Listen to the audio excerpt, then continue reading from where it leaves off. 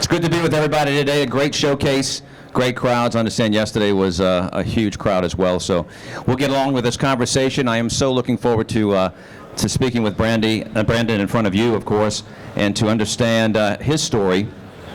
Founder and CEO of Walk-Ons, but I'd like to kind of lay the groundwork with him as a servant leader, not only in the community he resides, but also in the nation. He's taken his entrepreneurial spirit and his idea for building a better place, and he has taken that to not only his family, but also to the men and women that he gets to work with each and every day. So, Brandon, thank you so much for being with us, and we can start by just asking you, what was your inspiration to begin this whole process? Yeah, first of all, I want to just say, like I was telling the young guys up in front here, I've always dreamed about Mr. Romake saying my name over a microphone. First down, Brandon! Yeah! Or could you go three-pointer, maybe? Yeah. Well, thanks for having me, guys. I appreciate you guys joining us here today. And what a great event. First of all, congrats to the LRA, the team. You guys have put a special thing back together. You know, back in the day, we got a little worried with COVID, right? And here we are packing the convention center again. So congrats to you, and thanks for having me. So our story, it's crazy. You know, it's nuts that we're sitting here almost 2 decades. We make 20 years next year. I was a walk-on the LSU basketball team, late 90s, early 2000s. Figured out pretty early on in my career that I probably wasn't going to play in the NBA. Probably wasn't going to get paid to play the game of basketball. I literally got 7 minutes my junior year. For you guys that know anything about basketball, that's not a whole hell of a lot. There's 40 minutes in every game. But everything that I learned about being a great teammate, being a part of a team, is being a part of something bigger than yourself. And that's really what we carried over in our business philosophy today. And so my founding partner, Jack Warner, and I, we were both walk-ons on the team, and we were literally on the way back from the University of Tennessee in Knoxville on the plane. And, all the starters were sleeping. And we had lots of time on our hands, and so we were wide awake, and we started doodling on that bev nap. And that bev nap came back, and we did it as a school project. It was an entrepreneurship class at Dr. Robert Justice, right, who sadly we just lost last year. He was a professor at LSU. And we thought we had the badass business plan that we can go in there with, and we got a C. Wasn't necessarily the idea, but we just needed some help with the business plan. And so Dr. Justice, he said, look, if you guys are willing to work a little bit, I'll help you with the plan. And so we did, and we took him up on that. That walk-on mentality kicked in at an early age and said, let's go do this. And we started working at different restaurants and trying to get as much experience as we could. Peter Sclafani here in the room, he was nice enough to let me wait tables at Donardo's back in the day. And so we just tried to pick up as much as we could. So now we're to the point, man, it's like back then, you go through school and you put business plans together, you think you do really good jobs, you're supposed to go to a bank, right, and they give you a loan. So we walk in there, bought the nicest suit we could afford and walked in a bank and ready to get a loan. They were like, yeah, no. We can't take that risk. First of all, the restaurant business is risky in itself, and you two young knuckleheads, we just can't do that. And so first 6 banks turned us down. We kept going in there and going back at it. And then number 7, a small business association banker out of Lafayette, Louisiana, Mr. Andre Fruge. I always mention his name because if it wasn't for him, we wouldn't be sitting here today. And he was willing to take a risk, and the rest is history. And we were able to get the doors open in 2003. So what was it like when the first customers walked through the door? Scary. Very scary. Look, you're looking back, and I tell people all the time, especially our teams our teammates that join our teams now, is ignorance is bliss sometimes, right? And you don't know what you're getting into. You don't know what you don't know. And looking back, and we didn't go into this thing with our foot in the water. We dove in head first. We dove in with a 10,000 square foot restaurant on the gates of LSU with 100 menu items. It was crazy going into this thing. And I know a lot of you guys sitting here in the room probably remember that, and we're like, all right, who's got dibs on the building once they fail?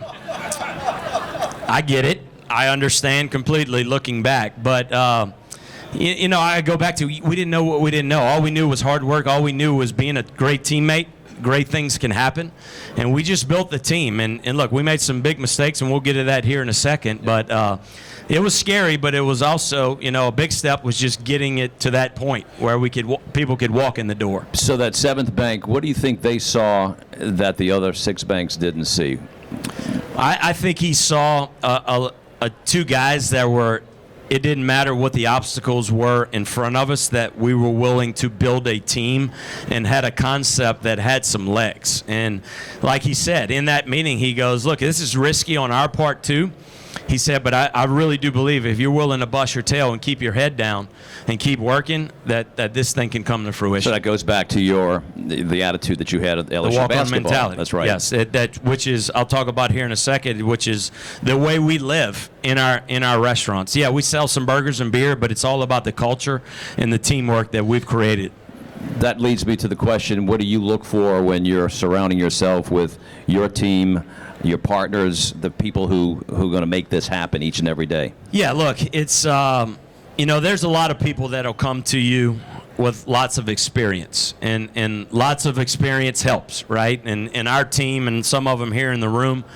But more importantly, when I talk about a teammate, whether it be a teammate that joins us in our corporate headquarters or a potential franchisee or an investor, it's are we aligned? Are we aligned with our vision? And it all starts with our purpose and our vision is, are we aligned? Do we want to bring people together? And do we want to be more than a restaurant and inspire this lifestyle that we've created? And whether it be Drew Brees or Dak Prescott or our franchise partners or the new dishwasher that's starting in Amarillo, Texas, are they aligned with us? Do they see a path for them to grow? Do they see a path? Can they make our company better? It's not about the dollars. Drew has a really big checkbook. We all know that. Dak has the biggest one in the league right now. It's not about that. Are they aligned with us? Do they see the values that we've created and made us get to this level? Yeah, this is something that we've all been through the last 2.5 years with COVID. How did you keep that team together? What were you doing to inspire them? These great people up on the screen. Yeah, I think, look, good companies do great things when things are going well for you. I think great companies, the testament to great companies, are what do you do when you hit with a little adversity? Same thing with teams, right? Whether you're coaching or you're playing or whatever it may be, what are you doing when you hit with that adversity? And look, I know everyone's sitting in this room unless something happened worse than that, but I mean, we're all making a living and trying to at least, and we get our doors shut down, or we get our plants shut down, and look, there was no one that we could go back and say, oh man, that mentor we had in the 80s told us the next time you have a global pandemic, you do this, right? Or that book you read. No, everyone was like, what the heck are you doing? What the heck are you doing? And I remember Scott Taylor and I, our president, we sat in our office the day after they shut the world down and said, what do we do? He said, well, great companies they get back to their purpose. They get back to their vision. We got to bring people together, and we got to make sure we're being more than a restaurant, inspiring this lifestyle that embraces our underdog mindset. So what do? We got to take care of our team first. We got to take care of our guests, and we got to make sure we're staying a positive impact in the communities that we serve. And that's really our only mindset that we had. It wasn't, man, who are we going to furlough here? No, let's go do the things that we've done if we were doing 15% higher sales right now. We looked at our franchise group. Look, we're predominantly franchise company right now. We told our franchisees, I'll tell you what, for the next couple weeks, we'll let you know we're not going to collect royalties. And look, we pay our light bills from royalties. We told them those few dollars that you have coming in, whatever sales that we're doing, take care of your team. Go feed the community. Go make sure you're trying not to furlough anybody in your organization.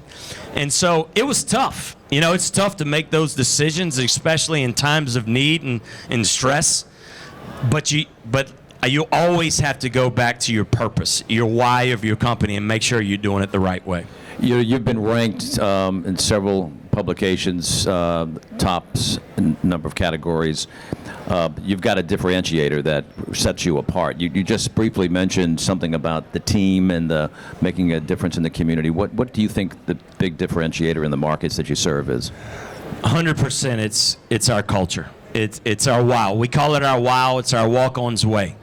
It's something that we don't just make a bunch of posters and hang on our walls, and hopefully people that join our team, they read it and they live it. No, we demand it. It's if it's going to be something special to you, you have to make it a priority. And my team will tell you, I'm probably the worst restaurateur in our organization. But I truly believe that my life's calling has been to bring teams together, get them inspired, make them realize that a culture is a group of individuals trying to achieve a common goal. When you can create a culture like that and have that team, whether it be the new teammates that are there or our blue chip program that we've started that gives everyone, I don't care if you've been there 10 years or 10 days, you see a path to grow in our organization. That's why the tenure's there. That's why, look, back in the day, I remember people saying, well, they're good. Look, we were bad in the beginning. I'll admit that first. But it wasn't about the food or the burgers or beer. It was about the type of individual that we were attracting that gave us the opportunity to grow. And in doing that, we were able to improve the products. Because I'm not going to sit here and lie and say you can't have good products and be a brand like we are. So, and I think it's fitting to say it here at the LRA convention is how strong Louisiana cuisine is. And I can tell you, man, it's the further we get away from Baton Rouge, New Orleans, Lafayette, the more Louisiana cuisine we sell. And the more popular it becomes, especially doing it with inequality. I mean, you got some guys out there that will do a little, something, and they try to be a New Orleans type of place out in Lubbock, Texas. And, yeah, they may do good, but our big two differentiators are that wow, that culture, and then that taste of Louisiana. And man, I tell you, we sell more fried alligator and boudin and crawfish etouffee in Fayetteville, North Carolina, and West Lafayette, Indiana, and Gilbert, Arizona than you can shake a stick at because. And it's crazy. We'll be at national conferences, and we may have booths like this, and people may have never heard of walk-ons. And they ask us, so what type of place is Walk-Ons? We go, well, it's Louisiana Sports Grill. And right away, people go, okay, I get it. I mean, how many states, think about that, how many states, it's nothing against people from Iowa, but I mean, what if we say, we're this really cool Iowa sports bar. We're this really cool Wyoming sports bar. People are like, what the hell? But you go Louisiana, they go, oh, you got good food. You guys got culture. You talk games. You tailgate. You things like that. So it clicks right away. That's great.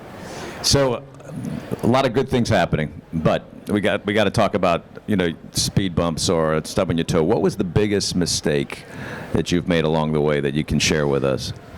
Well, on that original napkin when we were 19 and 20 years old, we had a good idea, right? And if you've ever been in the original location at the gates of LSU on Burbank, this drawing is very close to what was built. But if you notice, we forgot to draw the kitchen. What was important to a 19, 20, 21-year-old? It was like, let's have cold beer, lots of TVs. We'll worry about game days, and yeah, the food will figure itself out. Looking back, I'm glad it happened because we had to do some digging, right? Some deep digging and make sure. But I mean, that's the kind of slop that we were serving back then. And I say it to this day. I mean, people that came in 03, 04, maybe even some of 05, you probably hadn't been back. And I apologize for what we served you. It was our nickname back in the day was wait-ons. We couldn't get food out of the kitchen. But in saying that, the concept really grew and matured with us, and we knew we had to get better. And it wasn't one of those deals is like, well, it's everyone else's fault, because I think that's what happens in this world today is if things don't go right, the first thing you want to do is look out the window and say, who the hell messed this up for me? Which needs to happen, and I'm glad we did. We looked in the mirror and say, we're not doing it the right way. We have to put more emphasis on this. We have to partner with great partners like a la carte that we can have a sounding board, and we can go develop recipes and have consistency. And so we literally we had to look at ourselves in the mirror, and sometimes you have these moments, especially through the course of your business careers or maybe your personal side.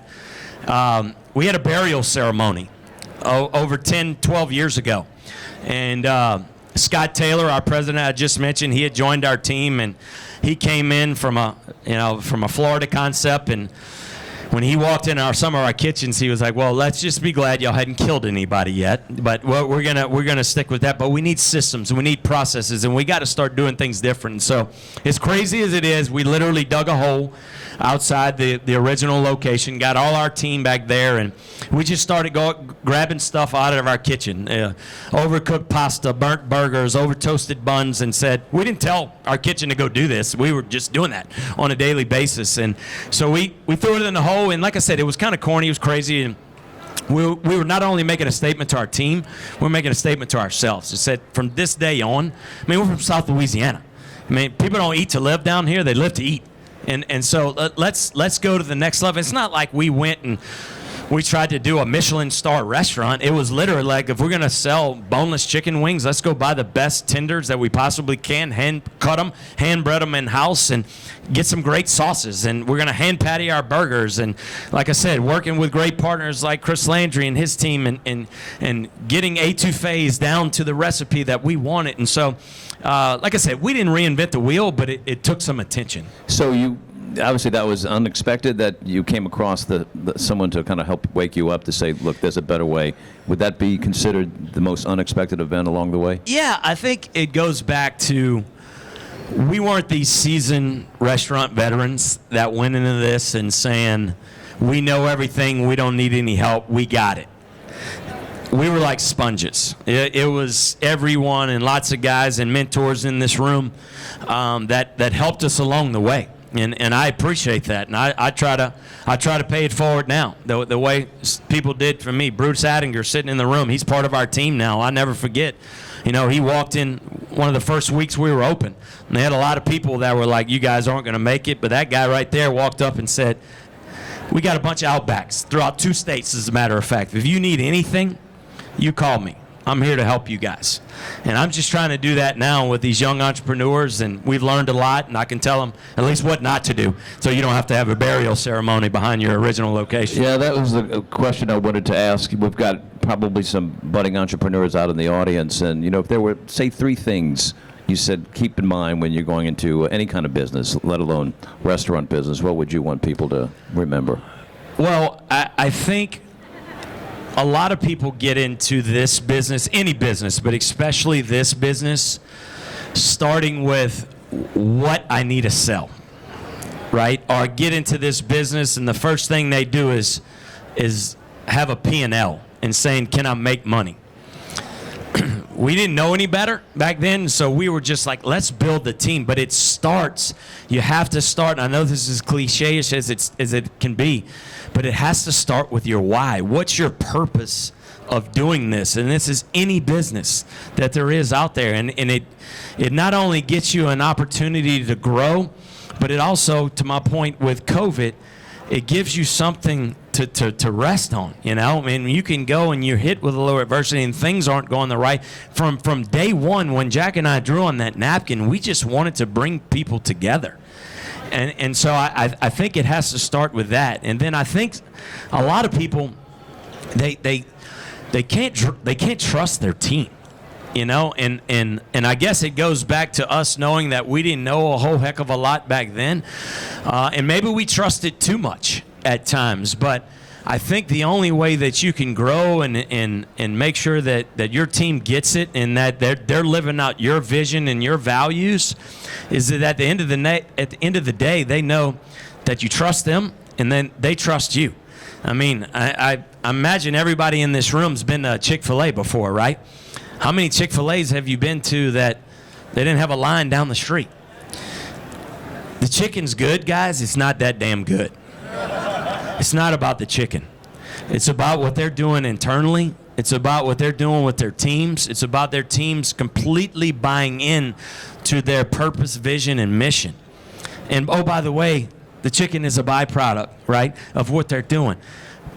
But it's just crazy. It's not about that. And that's really what we spend 80% of our days on, and when we're attracting franchisees and things like that. And so I just go back to you have to build that trust. You have to make sure it starts with the why, and you have to embody your team. And it looks like you're having a good time. It's fun. Yeah, look, I tell our team all the time, we sell burgers and beer for a living, for God's sakes. If you don't have fun doing this, you need to go do something else. But it's really cool when you can create a culture that people embrace it. And it's Brandon doesn't have to be at every restaurant now. If we're doing it the right way, it disseminates all the way down to hourly team members, and we see it all the time. We have our wild cards, which it's little tokens of recognition, because it's amazing that how much people just want to be recognized, and these are things that are very simple and cost you $0. And those are things that we do on a daily, weekly, monthly, yearly basis. Our restaurants, like Scott Robichaux here at our Houma location was #1 sales volume in the country out of Houma, Louisiana last year. He's got better culture than anybody in the world. Because of what he does, he recognizes his teammates and makes sure that he knows that you appreciate them. Well, if you go on the website, you see that you're popping up all over the nation. What's Brandon's schedule to touch bases with these team members? What does that look like? Yeah, it's tough. Look, we have 67 locations now, opening number 68 this week in Wichita, Kansas, and it's tough to get everywhere, right? But it's a priority of mine that hasn't changed since we opened up restaurant #1. Either I'm going to be at their VIP night, or I'm going to be at their opening day, or if something crazy happens, I'm going to be there within a week or two of them opening. And it's not because, they need to see Brandon, but it's more importantly so Brandon can see them and see the team and see the new 160 to 180 teammates that are wearing and protecting that W strong in Wichita. It's our first Kansas location opening this week. A lot of these people, they've never heard or seen or ate at a walk-ons, and so it's important for me to go show them that I appreciate them, but also for them knowing that, look, this may be a job that they're coming to get our hourly team members, and they just need some beer drinking money, or they need some, pay their tuition money. But I think it's important for them to understand that you're part of our family now. You have a path if you want it. We lay it out very, very clear to every teammate that we have that if you want to stay in that position, that's fine. But if you want to grow, you have the opportunity to do that. And that's what's cool to me now. Yeah, look, our sales are great. Our restaurants are building everywhere. We're getting a lot of notoriety. But the coolest thing to me is these teammates that come and, look, we get, and I don't want to get too much into this, but, we've had teammates that send us letters that we literally saved their lives. Guys that were on the verge, like literally written suicide notes, and have came to our orientation and said, you know what, let me go make a few more dollars so I can leave to my kids so they can pay for their funeral. And he comes to our orientation and is like, oh my God, this is a family that I can rally around. That's deeper than burgers and beer, man. And that's our purpose. That's our purpose of bringing people together. That's our purpose of making sure our vendors feel like they're part of our family. And that's why we're doing something special. Like I said, we forgot to draw the damn kitchen on the napkin. That's crazy. But what we're doing now is a lot bigger than not having a kitchen. Yeah, and then I sense that you get inspiration when you visit these locations. Absolutely. Drew and I had the luxury of doing Undercover Boss a few years back, and people tell us, and it still airs, and they said, man, how cool is that for those guys and gals? And I said, no, you don't realize that was a lot cooler for Drew and I. And I don't know if y'all saw the episode, but Jesus Christ got to walk down. He literally looked like Jesus Christ walking down Poitras and didn't get stopped for 14 autographs. And so it was really cool to have it. All right, so we got something happening now. You've got two new concepts, Small Sliders and Supper Club. Can you give us a sense of how those came about and what's our future for those? Yeah, my team probably gets a little mad at me, son, because my brain never stops, especially the culinary team, because I'm always pushing something to Mike Turner. But Yeah, look, I'm an entrepreneur at heart, and Walk-On's had some really good sliders, and we loved them, and we were selling them well, and I just thought we had an opportunity for a concept out of this. And my good buddy Todd Graves, I told him, I said, I'm gonna steal a page out of your book, brother. I'm gonna do one thing. I'm gonna try to do it better than anybody else, and we're gonna keep these units small, and we're going to call it Smalls. And so my nephew, Jacob Dugas, he was working for an engineering company, and he told me one day, he said, look, if you ever got anything, let me know. I said, actually, I got something. And so I said, I don't have the bandwidth right now to go do another concept, but if you're in, let's go do it. So I was literally telling Drew about it one day. We were flying somewhere, and he's like, I want in. I was like, hey, brother, I wasn't pitching you. Stay out of my business. And he's like, no. He's like, no, I want in. And so Jacob, Drew, and I sat down, and it's a cool little concept. It's taken kind of a life of its own very quickly. We've only been open a couple of years. We got 4 locations open now. We've got over 40 franchises. Actually, we're trying to slow down on the franchise sales to make sure we got our infrastructure and we got our base there so we can support our franchise partners just like Walk-Ons does. But it's a good little, it's higher volume than we expected. We were going into these deals to build 800 or 900 square footprints, modular buildings, put the shipping container kind of look to it to brand us. And the first 3 or 4 units we're doing $2 to $2.5 million in sales out of these deals, and that's where people are coming to the table because the investment is smaller as well. So we'll see. It's like I said, we got about 40 sold throughout the country right now, and we're going to slow roll it and kind of make our circle bigger. But they're pretty good, and I tell people they're fat-free if you don't eat them. If someone has a shipping container, they can come see you, or yeah, you got some shipping containers, let us know. All right. So let's talk about Supper Club. Yeah.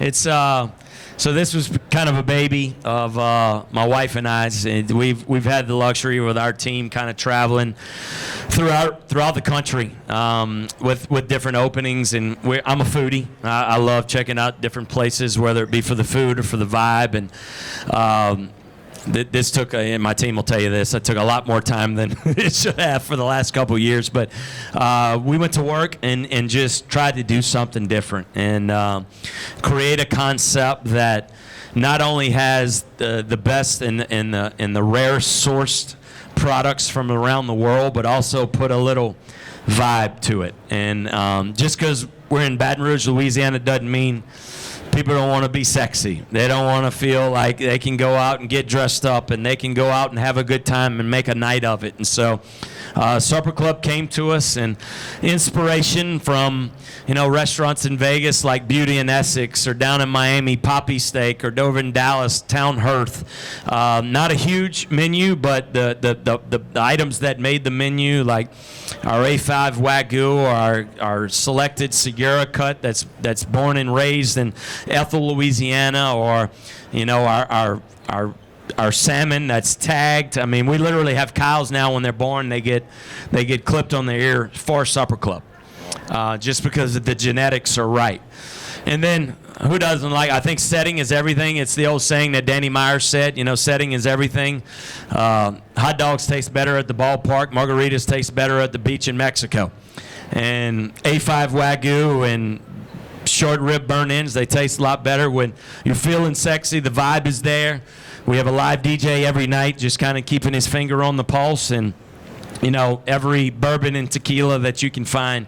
And so it's been fun. Dinner only, 5 nights a week. The vision there was, and our purpose was to create meaningful moments. And once again, it didn't start with Brandon going, man, I want this type of place. It started as like, why are we going to do this? Can we create meaningful moments in Baton Rouge? And then our vision and our purpose. And so it's been fun. It's 5 nights a week, especially in this world with the labor and the staffing problem. Is pretty cool because it's banker hours or banker days, just a little bit later in the day. So we open at 5, close at 10, Tuesday through Saturday, and Sunday and Monday, I don't want them in the restaurant. Go enjoy your life. So you see this operating at getting it set in a good way, and then taking it to what kind of market? Man, I hope not, Mr. Romick. A few people have asked if we're going to grow this, and I guess it's in my DNA. But at this point, I just want to have the best supper club we can have in Baton Rouge right now. But I'm getting calls from New Orleans and Lafayette and things like that, and so I don't know if my wife and my 3 kids under 5 are going to go with that. So we'll see. That's great. Anything else you'd like to share with our audience here today? No, look, I appreciate you guys having me, and I just think, my next chapter is, of course, to make Walk-Ons a dominant national brand, and I think we're well on our way because of the team and the franchise partners that we've got to join our team. But more importantly for me now, it's the things that I just mentioned that don't happen, or necessarily they happen inside the 4 walls, but it's bigger than burgers and beer or Wagyu. It's what can we do, especially in this crazy world and we all have this opportunity in this industry, which is really cool. I mean, because people are coming in the restaurants. I mean, look, if they didn't want to go in a restaurant to better their day, they would have just picked up turkey from Rouse's and went and made a sandwich at home. And that's the message that we try to make sure we relate to our teams and every one of our concepts every day, is that people are coming in because they had a really good day and they want to keep it going, or they had a really bad one and they want to change that. And so, I mean, in the world with so much negativity and things like that, I mean, this is a weekly conversation with our teams about our culture and what are we doing to positively impact the community that we serve and the team that wears that W on their chest. And so I honestly believe, and I go back to the Chick-fil-A, they do it better than Raising Cane's. Todd, he does it better than anybody else. He's a billionaire now because it's about the chicken, yes, but he's created this culture with this crew that they're better in people's lives and better in communities. And so that's why we're waking up every day and keep getting better. Well, the soul of a place is its people, and you have wonderful people that you work with each Absolutely. and every day. And you're changing lives, which is so important. Absolutely. You're inspiring and changing lives. Thank you. Does anyone have a question they'd like to ask Brandon before we close it up for the afternoon? We're good? Well, ladies and gentlemen, what can we say? I would hope that you could coach basketball for LSU one day. Brandon Landry, ladies and gentlemen. Touchdown, Brandon!